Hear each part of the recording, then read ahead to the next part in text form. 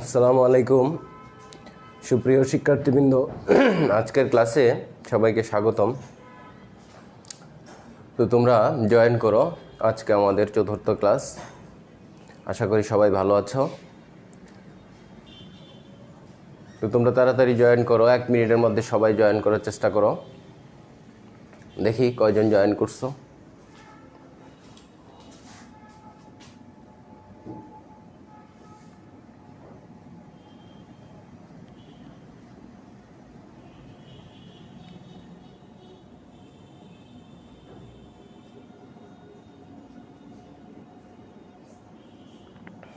আমরা প্রথম অধ্যায়ের বিভিন্ন বিষয় নিয়ে কথা বলতেছিলাম। তো আজকে আমরা ইতিমধ্যে মেহেদি হাসান জয়েন করছো, মোহাম্মদ জুয়েল মিয়া,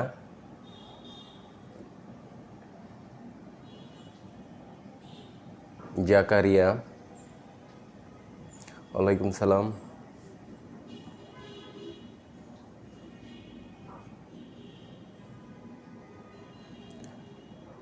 আয়েশা, নুসরাত জাহান অথই,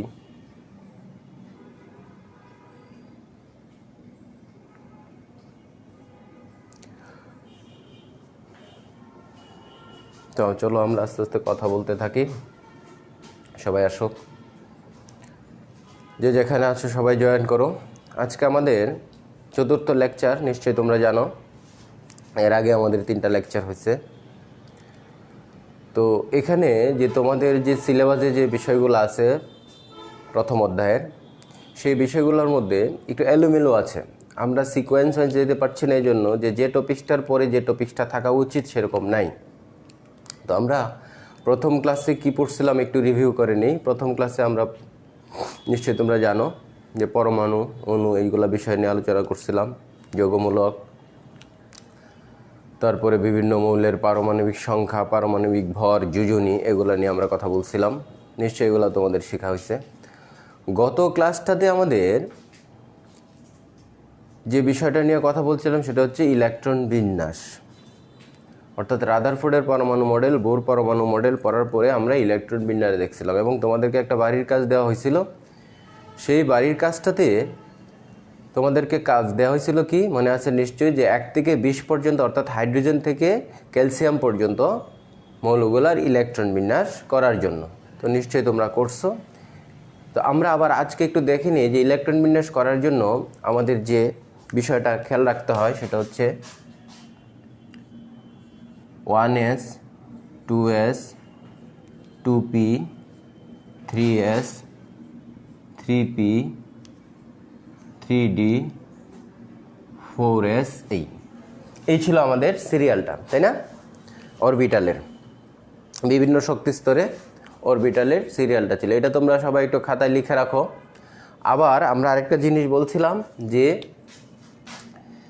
s অরবিটালে সর্বোচ্চ 2টা ইলেকট্রন থাকতে পারে, p অরবিটালে সর্বোচ্চ 6টা ইলেকট্রন থাকতে পারে, d অরবিটালে সর্বোচ্চ 10টা ইলেকট্রন থাকতে পারে, f অরবিটালে সর্বোচ্চ 14টা ইলেকট্রন থাকতে পারে। এটা আমরা বলছিলাম এবং কিভাবে আমরা এটা বের করতে হয় সেটাও তোমাদেরকে দেখাইছিলাম।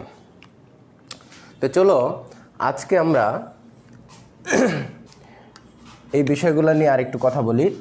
আমি বলছিলাম যে হাইড্রোজেনের ইলেকট্রন বিন্যাসটা কিভাবে করতে হবে। হাইড্রোজেনের একটা ইলেকট্রন 1s1, হিলিয়ামেরটা কিভাবে করতে হবে 1s2। এই সম্পর্কে আশা করি কারো কোনো সমস্যা থাকার কথা না। তারপরে আমি তোমাদের একটু মনে করায় দেওয়ার চেষ্টা করলাম। এখন আমরা ওই যে আমাদের 1.3 প্রথম অধ্যায়ের 1.3 যে টপিক্সটা আছে, এই 1.3 টপিক্সের বিষয়টা হলো যে ইলেকট্রনিক কনফিগারেশন বেসড অন হুন্ডের রুলস, আফবাউ রুলস অ্যান্ড পলির এক্সক্লুশন রুলস। এরকম দেখবা বাংলায় লেখা আছে যে হুন্ডের নিয়ম অনুসারে, আফবাউ নিয়ম অনুসারে এবং পলির বর্জন নীতি অনুসারে ইলেকট্রন বিন্যাস করো। তো আজকে আমরা এই ইম্পর্টেন্ট বিষয়টা শিখবো, যেহেতু আমরা ইলেকট্রন বিন্যাস অলরেডি করতে পারি। তো আমি বলছিলাম যখন 1 থেকে 20 পর্যন্ত মৌলগুলোর ইলেকট্রন বিন্যাস তুমি করতে যাবা, তখন 19 নম্বর মৌলটা, দ্যাট ইজ পটাশিয়াম, কত আমাদের পারমাণবিক সংখ্যা কত 19, অর্থাৎ পটাশিয়ামের মধ্যে কয়টা ইলেকট্রন আছে 19টা ইলেকট্রন আছে। তো পটাশিয়ামের ইলেকট্রন বিন্যাসটা আমরা কিভাবে করি এই নিয়ম অনুসারে, সরি আমি একটু দেখাচ্ছি তোমাকে আগেই,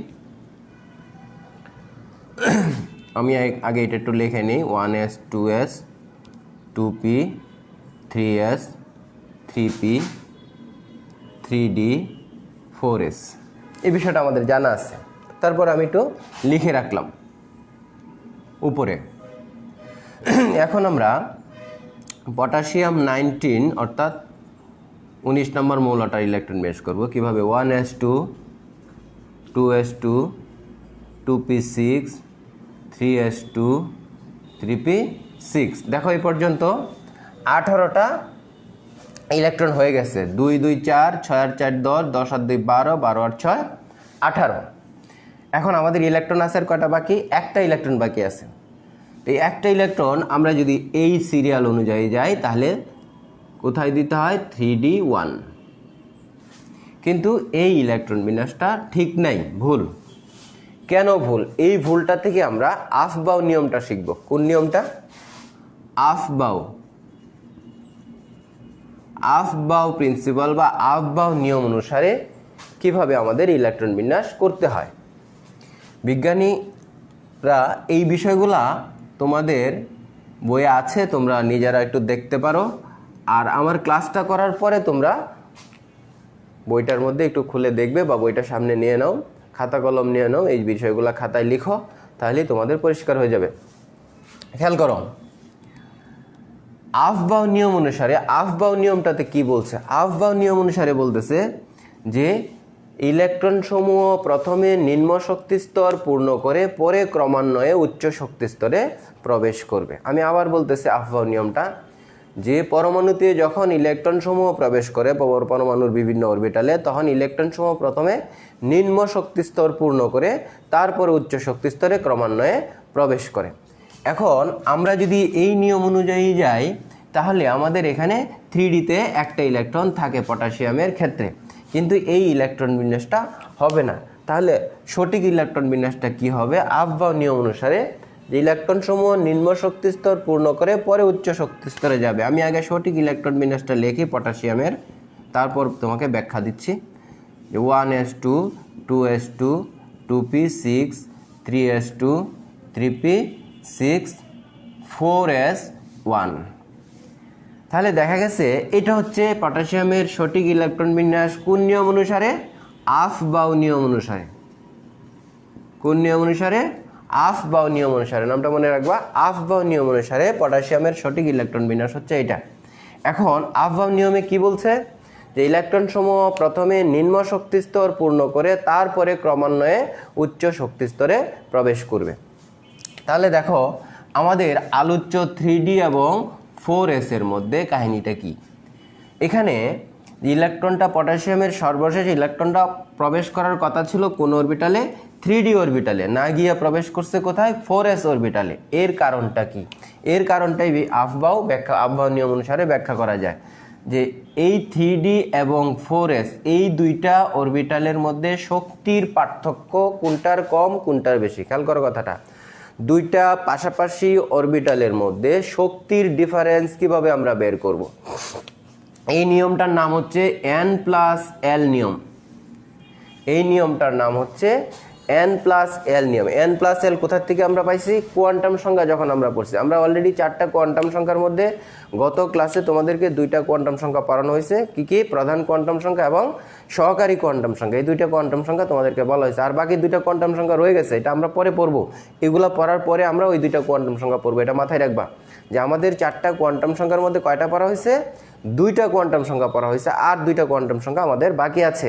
আমরা এই নিয়মটা পড়ার পরে আমরা ওই বাকি 2টা কোয়ান্টাম সংখ্যা পড়বো। এই 1.3 অর্থাৎ 1.3 যে টপিক্সটা আছে তোমাদের প্রথম অধ্যায়ে, ওই 1.3 টপিক্সটা পড়ার পরে আমরা ওই বাকি 2টা কোয়ান্টাম সংখ্যা পড়বো। ওকে, তাহলে দেখো যেটা বলছিলাম যে আফবাউ নিয়ম অনুসারে দুইটা পাশাপাশি শক্তি স্তরের মধ্যে কোন শক্তির পার্থক্যটা আমরা কিভাবে নির্ণয় করব?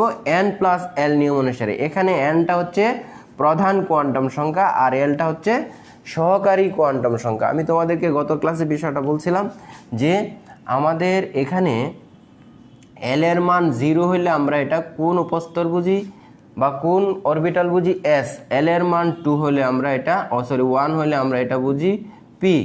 এল এর মান 2 হলে আমরা বুঝি এটা ডি। এল এর মান 3 হলে আমরা বুঝি এটা এফ। এরকম বলছিলাম যে সহকারী কোয়ান্টাম সংখ্যা এল এর মান যখন 0 হয় তখন আমরা বুঝি এটা কি অরবিটাল, এস অরবিটাল। সহকারী কোয়ান্টাম সংখ্যা এল এর মান যখন 1 হয় তখন আমরা বুঝি এটা পি অরবিটাল। সহকারী কোয়ান্টাম সংখ্যা এল এর মান যখন 2 হয় তখন আমরা এটা বুঝি কি অরবিটাল, ডি অরবিটাল। তারপর সহকারী কোয়ান্টাম সংখ্যা এল এর মান 3 হলে আমরা এটা বুঝি এফ অরবিটাল। তাহলে এন প্লাস এল নিয়মটা যদি আমি, এনটা হচ্ছে প্রধান কোয়ান্টাম সংখ্যা, এন প্লাস এল নিয়ম অনুযায়ী যদি আমি 3D এর শক্তি বিচার করি তাহলে কত আসে 3D এর মান। 3D এর জন্য এন এর মান 3 প্লাস এল এর মান কত, ডি, যেহেতু এল এর মান কত হইলে ডি হয়, 2 হইলে ডি হয়, তাহলে 2 কত হলো 5। এখন আমরা 4s এর জন্য যদি বুঝাই তাহলে 4s এর জন্য n এর মান হচ্ছে, প্রধান কোয়ান্টাম সংখ্যা n এর মান হচ্ছে 4, আর সহকারী কোয়ান্টাম সংখ্যা l এর মান, যেহেতু এটা s অরবিটাল তাহলে l এর মান কত 0, তাহলে কত হয় এটা রেজাল্ট 4। খেয়াল করো এই যে 3D এবং 4s, 3D এবং 4s এই দুইটা অরবিটালের জন্য n প্লাস l নিয়ম অনুযায়ী 3D এর মান আসছে 5 আর 4s এর মান আসছে কত 4।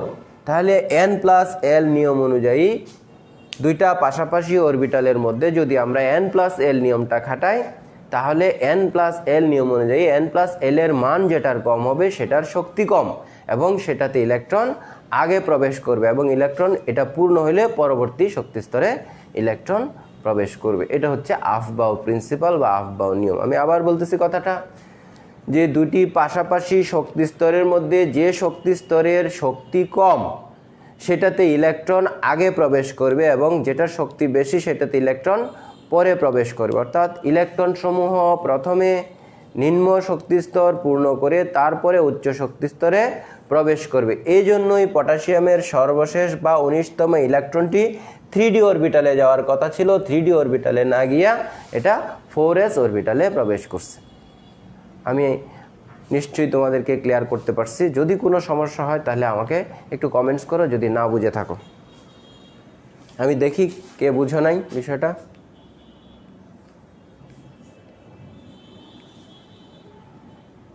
আমাকে জানাও যদি বুঝে না থাকো, আমি আবার একটু আলোচনা করব।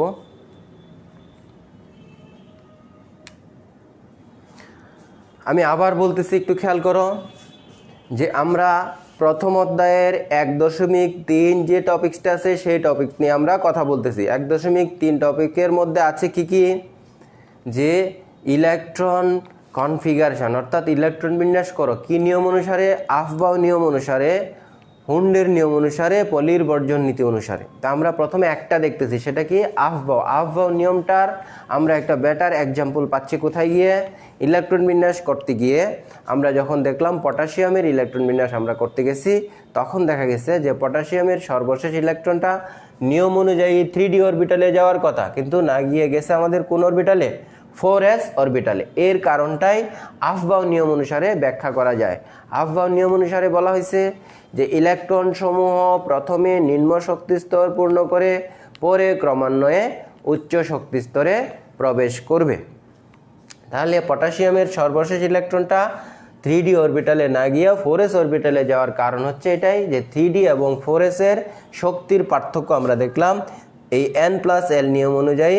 যে n প্লাস l যদি নিয়ম আমরা 3D অরবিটালের ক্ষেত্রে খাটাই তাহলে দেখা যাচ্ছে আমাদের এটা রেজাল্ট আসে 5, আর n প্লাস l নিয়মটা যদি আমরা 4s অরবিটালের ক্ষেত্রে আমরা ব্যবহার করি তাহলে এটা রেজাল্ট আসছে 4। তাহলে দেখা গেছে যে 4s অরবিটালের শক্তি কম এবং 3D অরবিটালের শক্তি বেশি, এটা শক্তির পার্থক্য। এই জন্য পটাশিয়ামের সর্বশেষ ইলেকট্রনটা 3D অরবিটালে না গিয়া কোন অরবিটালে যাবে, 4s অরবিটালে যাবে। এখন আমরা যথারীতি পরের ইলেকট্রন বিন্যাসগুলো একটু দেখি।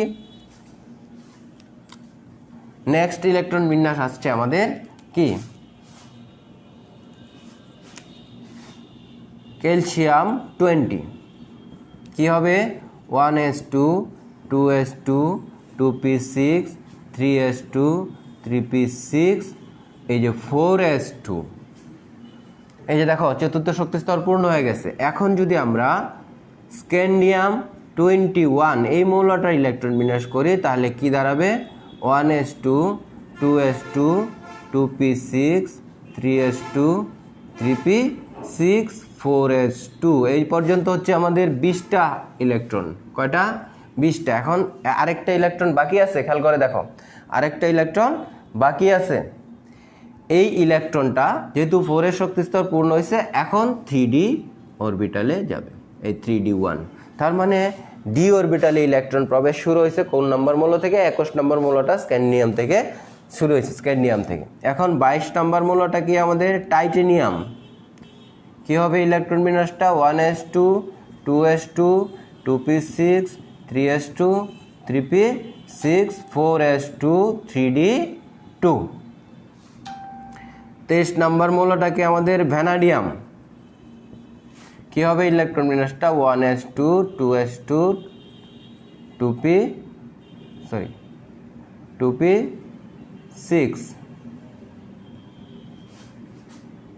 3s2 3p6 4s2 3d3। এরপরে আমাদের আছে 24 নম্বর মৌল কি? ক্রোমিয়াম। তোমাদের নিশ্চয়ই এগুলো মুখস্থ আছে। 1s2 2s2 2p6 3s2 3p6 4s2 3d4।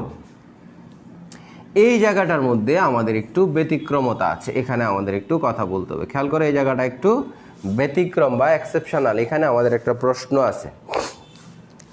এই যে আমরা ক্রোমিয়ামের 24 নম্বর মৌলটার ইলেকট্রন বিন্যাস করলাম, এই 24 নম্বর মৌলটার ইলেকট্রন বিন্যাস নিয়ম অনুযায়ী আমরা করছি এরকম হয়েছে 4s2 3d4। এই ইলেকট্রন বিন্যাসটা ভুল, এটা এভাবে হবে না। তাহলে সঠিকটা কি হবে এবং কেন হবে সেটার ব্যাখ্যা আমি তোমাদের দিচ্ছি। আগে আমি সঠিকটা লিখে নিই। 1s2 2s2 2p6 3s2 3p6 4s2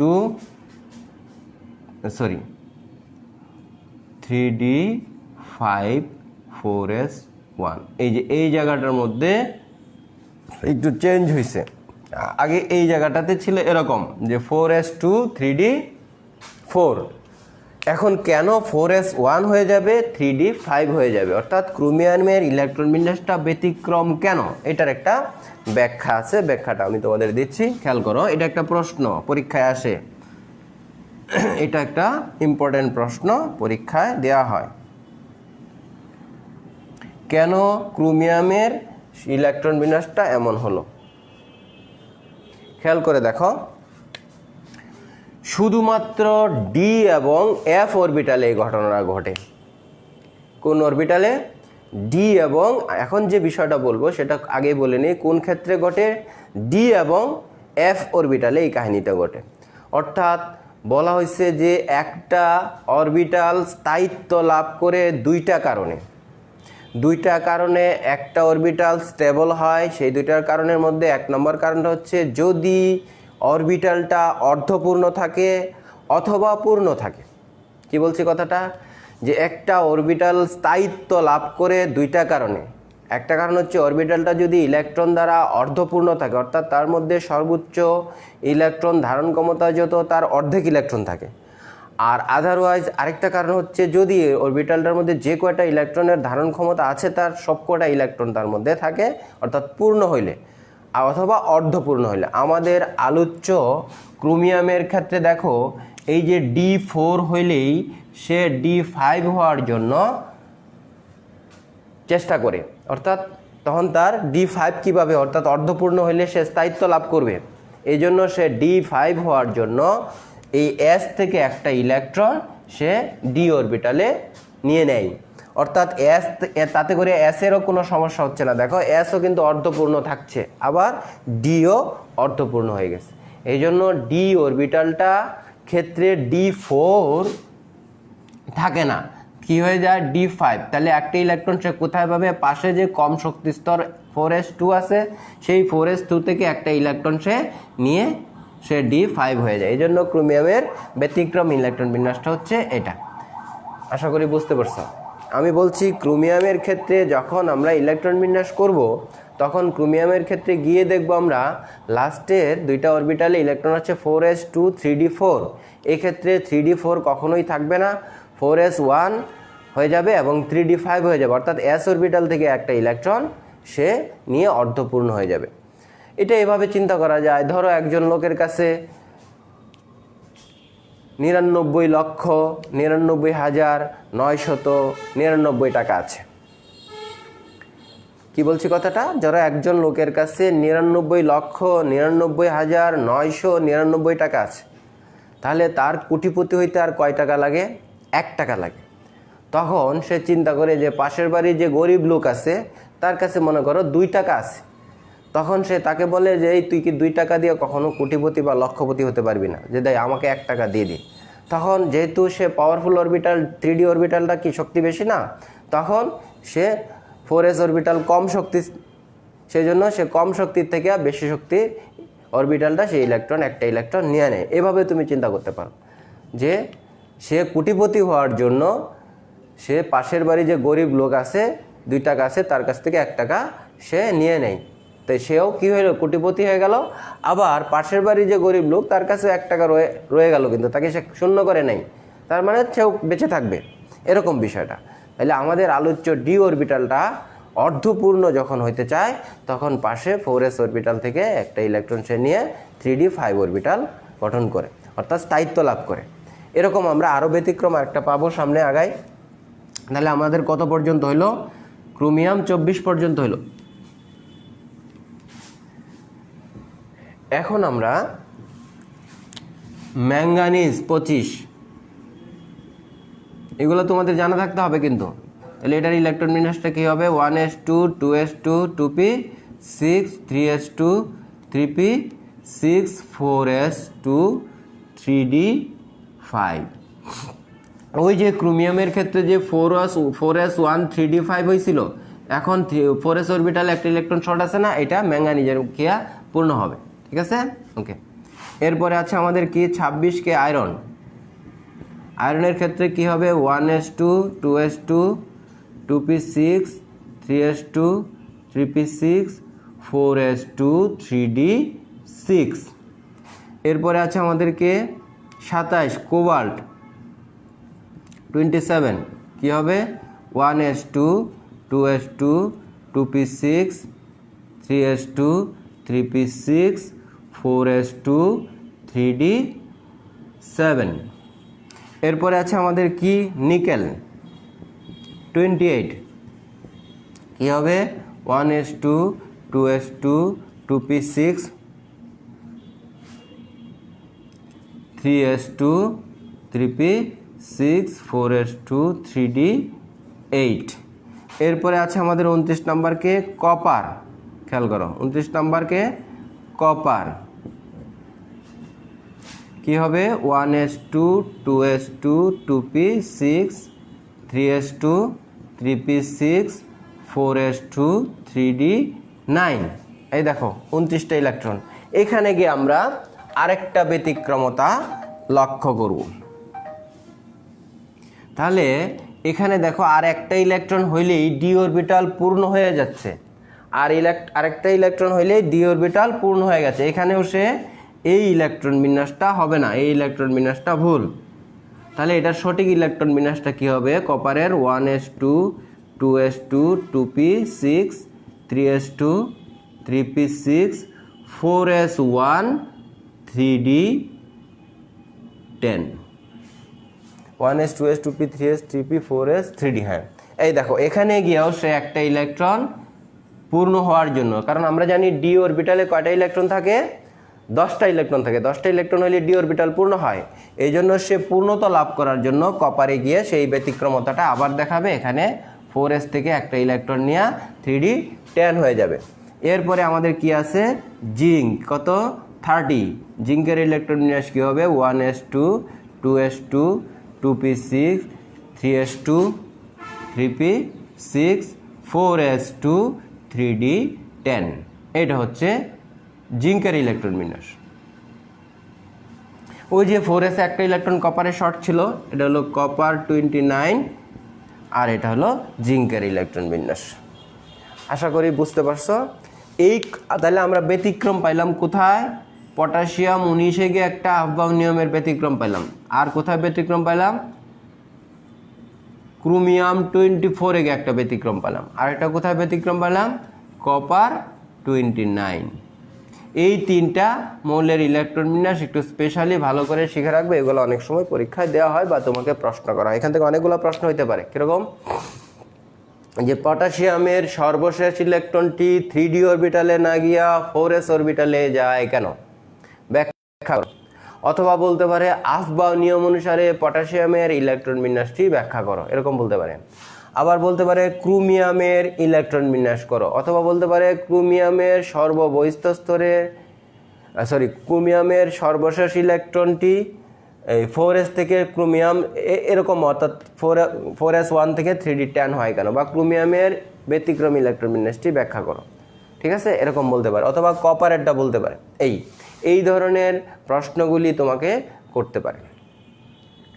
ওকে, তাহলে আমাদের আফবাউ নিয়ম গেল এবং 1 থেকে 30 পর্যন্ত মৌলগুলির ইলেকট্রন বিন্যাস আমাদের যথাযথভাবে পড়া হয়েছে। এখন তোমরা এগুলো একটু বাসায় প্র্যাকটিস করবা। এরপরে আমাদের আরেকটা ইলেকট্রন বিন্যাসের নিয়ম আছে। ওই 1.3 যে টপিক্সটা আছে তোমাদের বইয়ে, ওই 1.3-এর ক্ষেত্রে আমরা একটা ইলেকট্রন বিন্যাসের নিয়ম আছে, সেটা হলো হুন্ডের নিয়ম। কিসের নিয়ম? হুন্ডের নিয়ম। হুন্ডের নিয়ম অনুসারে আমরা ইলেকট্রন বিন্যাস করব। এখন হুন্ডের নিয়মটা কি সেটা আগে আমরা একটু বলে নিই। এর মধ্যে তোমাদের একটা কথা একটু জানতে হবে, প্লিজ এটা একটু সিরিয়াসলি শোনো। যে আমাদের যে অরবিটালগুলি আছে s,p,d,f, এই অরবিটালগুলির ভাগ আছে। যেমন আমি একটু বলে নিই, s অরবিটালটা কোনো ভাগ নাই, এটা গোলাকার, এটার একটাই ভাগ। p অরবিটালটার 3টা ভাগ আছে। কি কি? px, py, pz। p অরবিটালটার 3টা ভাগ আছে, অর্থাৎ p যে অরবিটালটা, সেই অরবিটালটা হচ্ছে এরকম। p অরবিটালটার আকৃতি হচ্ছে ডাম্বেল আকৃতি, অর্থাৎ x অক্ষ বরাবর একটা ভাগ আছে, y অক্ষ বরাবর একটা ভাগ আছে, আর একটা হলো z অক্ষ বরাবর একটা ভাগ আছে। সরি, এটা হয়নি।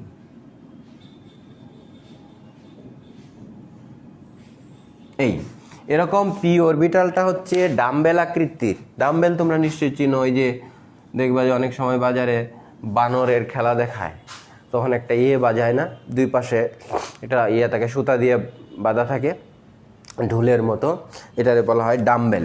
অর্থাৎ পি অরবিটালটা ডাম্বেল আকৃতির এরকম। এটা হলো px, এটা হলো py, y অক্ষ বরাবর, আর এটা হলো pz, এটা হলো z অক্ষ বরাবর। এই পি অরবিটালটার এরকম 3টা ভাগ আছে, ডি অরবিটালটার এরকম 5টা ভাগ আছে। যাই হোক, এইগুলো তোমাদের একটু মাথায় রাখতে হবে হুন্ডের নিয়মটা পড়ার সময়। এই যে এস অরবিটালের কোনো ভাগ নাই, একটাই, আর পি অরবিটালের 3টা ভাগ আছে, এই 3টা ভাগকে বলা হয় সমশক্তি সম্পন্ন অরবিটাল। অর্থাৎ একটা রুমকে যদি সমান 3টা ভাগ করো, তাহলে এটা আমরা বলি রুমগুলা সমশক্তি সম্পন্ন। এমনিভাবে পি অরবিটালটার 3টা ভাগ আছে। কি কি? px, py, pz। এখন হুন্ডের নিয়মে বলা হচ্ছে যে ইলেকট্রন সমূহ যখন সমশক্তি সম্পন্ন অরবিটালে প্রবেশ করে, কথাটা খেয়াল করো, ইলেকট্রন সমূহ যখন সমশক্তি সম্পন্ন অরবিটালে প্রবেশ করে, তখন প্রথমে ওরা বিজুর অবস্থায় প্রবেশ করে এবং বিজুর ইলেকট্রনগুলো দেওয়ার পরে ক্রমান্বয়ে এরা জোড়াবদ্ধ হয়। তো আমরা দেখলাম যে অক্সিজেনের ক্ষেত্রে বা আমাদের পি অরবিটালে ইলেকট্রন প্রবেশ করছে কোন মৌলটা থেকে? বলতো, পি অরবিটালে প্রবেশ করছে ইলেকট্রন বোরন, অর্থাৎ 5 নাম্বার মৌলটা থেকে। কিরকম? 1s2, 2s2, 2p1, right? এখন এই হুন্ডের নিয়ম অনুসারে যদি আমরা বক্স বানাই, যেহেতু আমরা বলতেছি এস অরবিটালের কোনো ভাগ নাই, তাহলে এস এ একটাই ভাগ, এস অরবিটালের কোনো ভাগ নাই। পি অরবিটালের কয়টা? 3টা ভাগ আছে, আমরা বলছিলাম px, py, pz। তাহলে পি অরবিটালে এখানে বোরনের ক্ষেত্রে ইলেকট্রন আছে কয়টা? একটা ইলেকট্রন আছে, সুতরাং আমরা এই একটা ইলেকট্রন দিলাম। এখন ইলেকট্রন সমূহকে আসলে এই যে এরকম অর্ধ তীর চিহ্ন দিয়া প্রকাশ করা হয়। তারপরে আমরা যদি বলি কার্বন, কার্বনে গিয়ে কি হয়? 1s2 2s2 2p2। আমরা যদি ওই বক্স পদ্ধতিতে অর্থাৎ হুন নিয়মের নিয়ম অনুসারে ইলেকট্রন বিন্যাস করি তাহলে আমাদের এভাবে লিখতে হয়। কয়টা ইলেকট্রন? দুইটা ইলেকট্রন। তারপরে আমরা নাইট্রোজেন 7 যদি আমরা ইলেকট্রন বিন্যাস করি তাহলে কি লিখতে হয়? 1s2 2s2 2p3। তাহলে এস অরবিটালে দুইটা ইলেকট্রন আমাদের আছে। এখন আমরা যদি পি অরবিটালের ইলেকট্রনগুলা ভাগ করি তাহলে এই যে একটা একটা করে ইলেকট্রন দিলাম বেজোড় অবস্থা। এখন হুন্ডের নিয়মে বলতেছে যে সমশক্তি সম্পন্ন বা ডিজেনারেট, এটাকে ইংরেজিতে বলা হয় ডিজেনারেট অরবিটাল। নামটা মনে রাখবা, কি অরবিটাল? Degenerate orbital.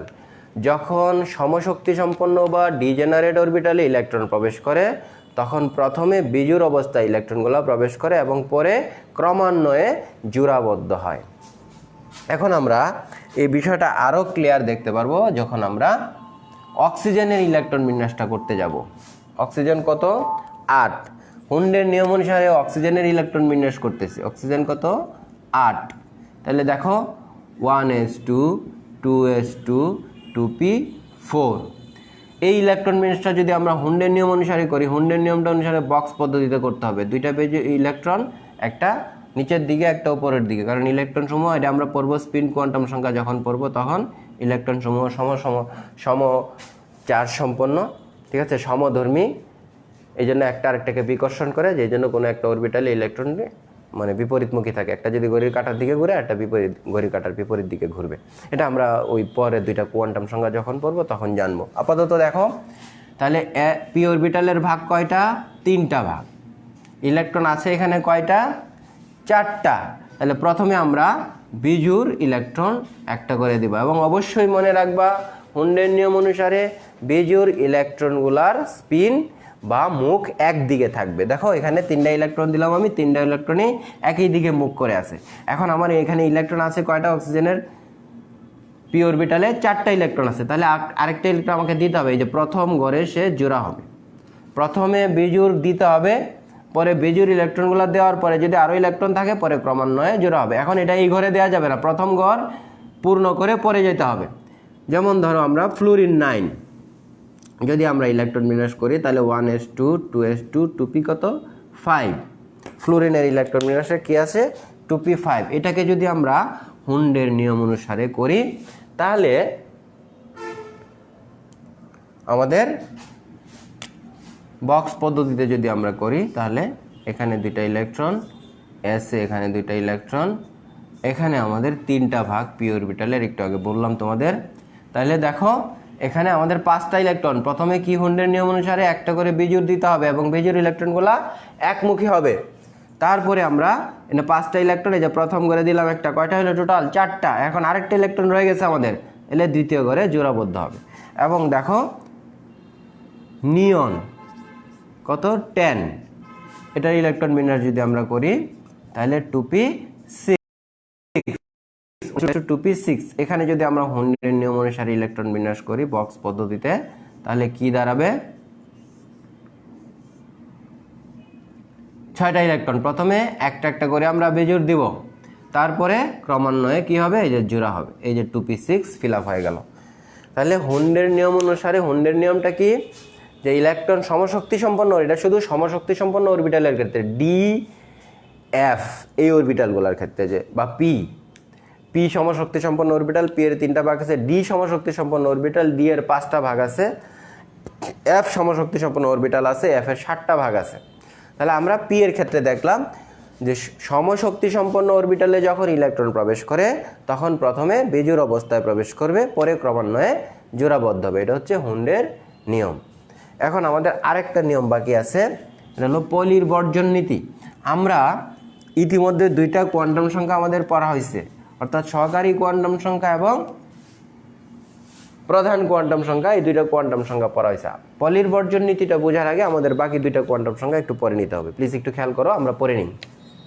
কীরকম দেখো, যে হুন্ডের নিয়ম অনুসারে আর পলির বর্জন নীতি আমাদের আফবাউ এবং হুন্ডের নিয়ম শেষ করলাম আমরা। এখন আমাদের 3 নম্বর কোয়ান্টাম সংখ্যাটা কি ছিল? চৌম্বক কোয়ান্টাম সংখ্যা। খেয়াল করার কথাটা,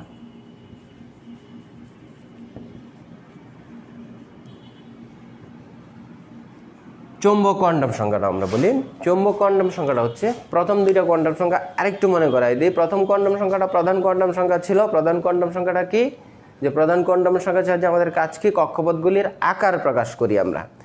আর সহকারী কোয়ান্টাম সংখ্যার সাহায্যে আমাদের কাজ কি? কক্ষপথগুলির আকৃতি প্রকাশ করি। আর চৌম্বক কোয়ান্টাম সংখ্যার কাজটা কি ছিল আমাদের? দিক বিন্যাস, ত্রিমাত্রিক দিক বিন্যাস প্রকাশ করার জন্য। অর্থাৎ ত্রিমাত্রিক দিকটা কি? যে আমরা জানি পরমাণুতে একটা ধনাত্মক চার্জযুক্ত কি থাকে? নিউক্লিয়াস থাকে। এই নিউক্লিয়াসের চারপাশে ঋণাত্মক চার্জযুক্ত ইলেকট্রনগুলা পরিভ্রমণ করে। এটি তো আমরা জানি বোরের নিয়ম অনুসারে বা রাদারফোর্ডের পরমাণু মডেল অনুসারে। তো একটা ইলেকট্রনের চার্জ আমরা জানি নেগেটিভ। যখন একটা পজিটিভ চার্জকে কেন্দ্র করে একটা নেগেটিভ চার্জ ঘুরে, তখন এদের মধ্যে একটা বিদ্যুৎ ক্ষেত্রের সৃষ্টি হয়। যখন কোনো পজিটিভ চার্জকে কেন্দ্র করে নেগেটিভ চার্জ এর চারপাশে ঘুরে, তখন এখানে একটা ইলেকট্রিক ফিল্ডের সৃষ্টি হয়, অর্থাৎ বিদ্যুৎ ক্ষেত্রের সৃষ্টি হয়। সেই বিদ্যুৎ ক্ষেত্রের প্রভাবে এখানে একটা ম্যাগনেটিক ফিল্ডের সৃষ্টি হয়, অর্থাৎ চৌম্বক ক্ষেত্রের সৃষ্টি হয়। সেই চৌম্বক ক্ষেত্রের প্রভাবে আমাদের যে আলোচ্য এসপিডিএফ অরবিটালগুলি আছে, এগুলার দিক বিন্যাস ঘটে। তাহলে অরবিটালের দিক বিন্যাস প্রকাশ করার জন্য যে কোয়ান্টাম সংখ্যাটা ব্যবহার করা হয় তাকেই বলা হয় চৌম্বক কোয়ান্টাম সংখ্যা। এটাকে এম দ্বারা প্রকাশ করা হয়। কি দ্বারা? চৌম্বক কোয়ান্টাম সংখ্যাকে এম দ্বারা প্রকাশ করা হয়। আমি আবার বলতেছি চৌম্বক কোয়ান্টাম সংখ্যা সম্পর্কে একটু খেয়াল করো। যে পরমাণুতে যখন একটা ধনাত্মক চার্জকে কেন্দ্র করে ঋণাত্মক চার্জগুলো এর চারপাশে পরিভ্রমণ করে, তখন এখানে একটা বিদ্যুৎ ক্ষেত্রের সৃষ্টি হয়, ইলেকট্রিক ফিল্ডের সৃষ্টি হয়। সেই বিদ্যুৎ ক্ষেত্রের প্রভাবে এখানে একটা চৌম্বক ক্ষেত্রের সৃষ্টি হয় বা ম্যাগনেটিক ফিল্ডের সৃষ্টি হয়। সেই ম্যাগনেটিক ফিল্ডের প্রভাবে অরবিটালগুলির দিক স্থিতি বা দিক বিন্যাস ঘটে। তো অরবিটালগুলির দিক স্থিতি বা দিক বিন্যাস প্রকাশ করার জন্য যে কোয়ান্টাম সংখ্যাটা ব্যবহার করা হয় তাকেই বলা হয় চৌম্বক কোয়ান্টাম সংখ্যা। এই চৌম্বক কোয়ান্টাম সংখ্যাকে এম দ্বারা প্রকাশ করা হয়। এম এর মানটা হচ্ছে -L থেকে 0 সহ, খেয়াল করার কথাটা, 0 সহ +L পর্যন্ত, -L থেকে 0 সহ +L পর্যন্ত। এটা হচ্ছে চৌম্বক কোয়ান্টাম সংখ্যার সূত্রটা। যে চৌম্বক কোয়ান্টাম সংখ্যার মানটা হচ্ছে -L থেকে 0 সহ +L পর্যন্ত হবে। কেমন? খেয়াল করো, আমি একটা উদাহরণ দিচ্ছি। n এর মান যখন 1, তখন আমরা বুঝি এটা প্রথম কক্ষপথ। তৃতীয় ক্লাসটাতে বলছিলাম, আবার ক্লাসটা প্রয়োজনে দেখে নিবা। n এর মান 1 হইলে l এর মান কি হয়? 0 হয়। তো l এর মান 0 হইলে m এর মান কত হবে? এই সূত্র থেকে -L মানে -0, 0 মানে -0, 0 + 0, তার মানে কি? 0। n এর মান 1 হইলে l এর মান 0 হয়। l এর মান 0 হইলে চৌম্বক কোয়ান্টাম সংখ্যা m এর মানও 0 হবে। আরেকটা খেয়াল করো, n এর মান যখন 2, অর্থাৎ দ্বিতীয় শক্তি স্তর, দ্বিতীয় শক্তি স্তরের ক্ষেত্রে l এর আমরা 2টা মান পাই, 0, 1। এই 0, 1, তাহলে দ্বিতীয় শক্তি স্তরের জন্য দেখো m এর মান, l এর মান 0 এর জন্য m এর মান হয় 0, আর l এর মান 1 এর জন্য m এর কয়টা মান হয়? 3টা, -1, 0, +1, -1, 0, +1। তাহলে দেখা গেছে যে l এর মান যদি 1 হয়, তাহলে আমরা এটা বুঝি কোন অরবিটাল? p orbital. l এর মান 1 দ্বারা আমরা কি বুঝি? p orbital. p অরবিটালের ক্ষেত্রে m এর কয়টা মান পাইছি? 3টা মান, -1, 0, +1। তার মানে p অরবিটালটার ভাগ কয়টা? 3টা। p অরবিটালটার 3টা ভাগ, px, py, pz, এভাবে আসছে জিনিসগুলো। এটা গেল আমাদের চৌম্বক কোয়ান্টাম সংখ্যা। এখন আমরা দেখব স্পিন কোয়ান্টাম সংখ্যা।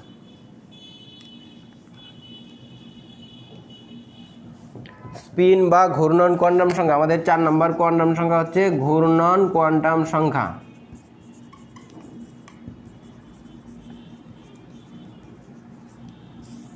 আমরা জানি ইলেকট্রন সমূহ ঘূর্ণন, অর্থাৎ ইলেকট্রনের ঘূর্ণন প্রকাশ করার জন্য অরবিটালে যখন ইলেকট্রন থাকে তখন ইলেকট্রন সমূহের দুই ধরনের ঘূর্ণন হয়, ঘড়ির কাঁটার দিকে একটা ঘূর্ণন হয়, ঘড়ির কাঁটার বিপরীত দিকে ঘূর্ণন হয়। ইলেকট্রনের ঘূর্ণন প্রকাশ করার জন্য যে কোয়ান্টাম সংখ্যাটা ব্যবহার করা হয় এটাকে বলা হয় স্পিন বা ঘূর্ণন কোয়ান্টাম সংখ্যা। এটাকে এস দ্বারা প্রকাশ করা হয়।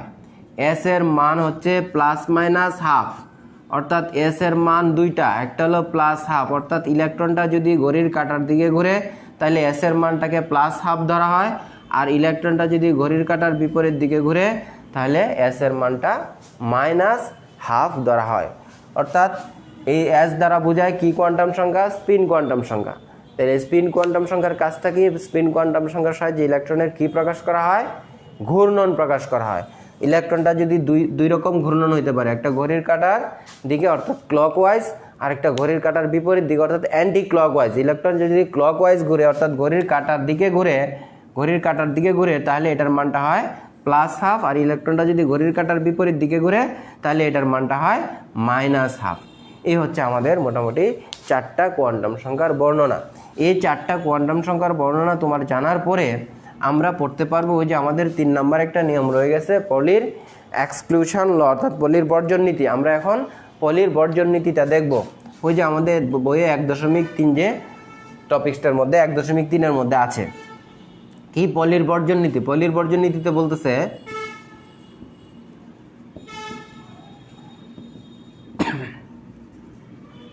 পলির বর্জন নীতিতে কি বলতেছে যে ইলেকট্রন সমূহ বিন্যাসের ক্ষেত্রে পলির বর্জন নীতিতে বলা হচ্ছে যে একটা পরমাণুতে 2টি ইলেকট্রন যদি থাকে তাহলে এই 2টি ইলেকট্রনের 4টি কোয়ান্টাম সংখ্যার মান কখনো একরকম হইতে পারে না। 3টি একরকম হইলেও একটা ব্যতিক্রম হবে।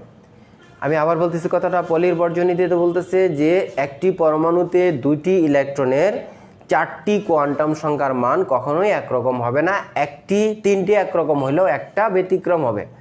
অর্থাৎ আমরা আবার পূর্বের কথাটাতে ফিরে যাই যে পরমাণুতে একটা ইলেকট্রনকে বর্ণনা করার জন্য কয়টা কোয়ান্টাম সংখ্যা লাগে? 4টা কোয়ান্টাম সংখ্যা লাগে। খেয়াল আছে কথাটা, যে একটি পরমাণুতে কোনো ইলেকট্রনকে বর্ণনা করার জন্য আমাদের 4টা কোয়ান্টাম সংখ্যা লাগে। কি কি? ইলেকট্রনটা যে কক্ষপথে আছে সেই কক্ষপথের আকার, সেই কক্ষপথের আকৃতি, সেই কক্ষপথের ত্রিমাত্রিক দিকবিন্যাস এবং ইলেকট্রনের ঘূর্ণন, এই 4টা জিনিস প্রকাশ করার জন্য 4টা সংখ্যা ব্যবহার করা হয়। এই 4টা সংখ্যাকে আমরা বলি কোয়ান্টাম সংখ্যা। তাহলে পলির বর্জন নীতিতে বলা হচ্ছে কি যে একটা পরমাণুতে 2টা ইলেকট্রন যদি থাকে, যে 2টা ইলেকট্রনের 4টা কোয়ান্টাম সংখ্যার মান কখনো একরকম হবে না। 3টা একরকম হইলেও একটা ব্যতিক্রম হবে। আমরা এটা খেয়াল করি, আমাদের যে আলোচ্য হিলিয়াম মৌলটা আছে, হিলিয়ামের ইলেকট্রন কয়টা? 2টা। তাহলে হিলিয়ামের ইলেকট্রন বিন্যাসটা কি? 1s2।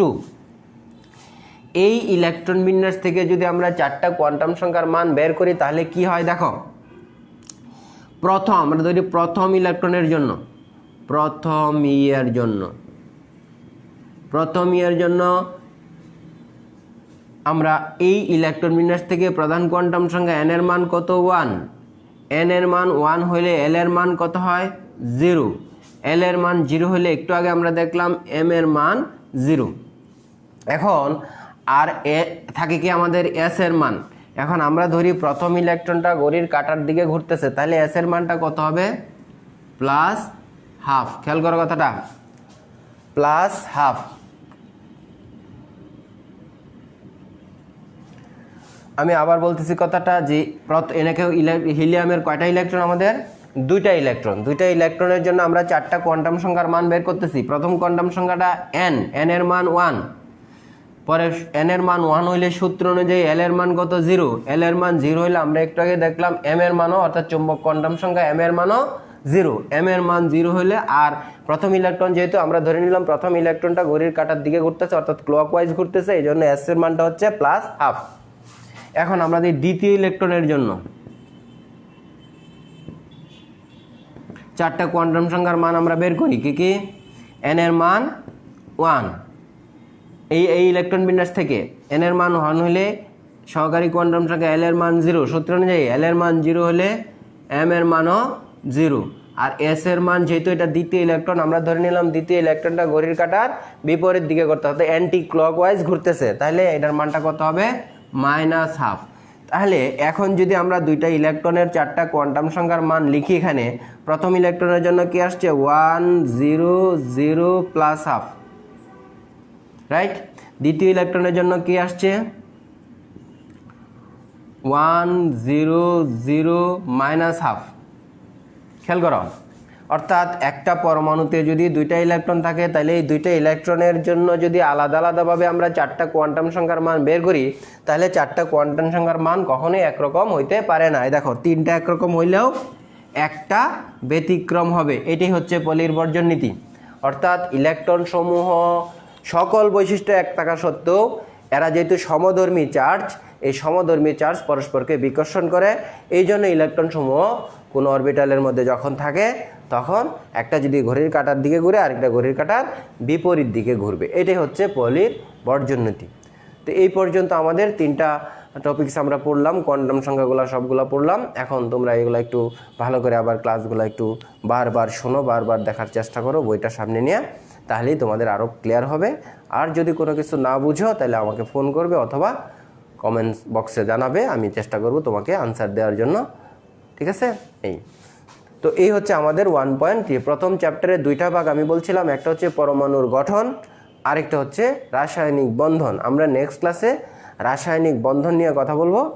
আর প্রথম ক্লাসটা আমরা যে চারটা ক্লাস হয়েছে প্রথম টপিক্সটার মধ্যে আমাদের, এই চারটা ক্লাসে আমরা 1.1 1.2 1.3 এভাবে আমরা আগাইছি।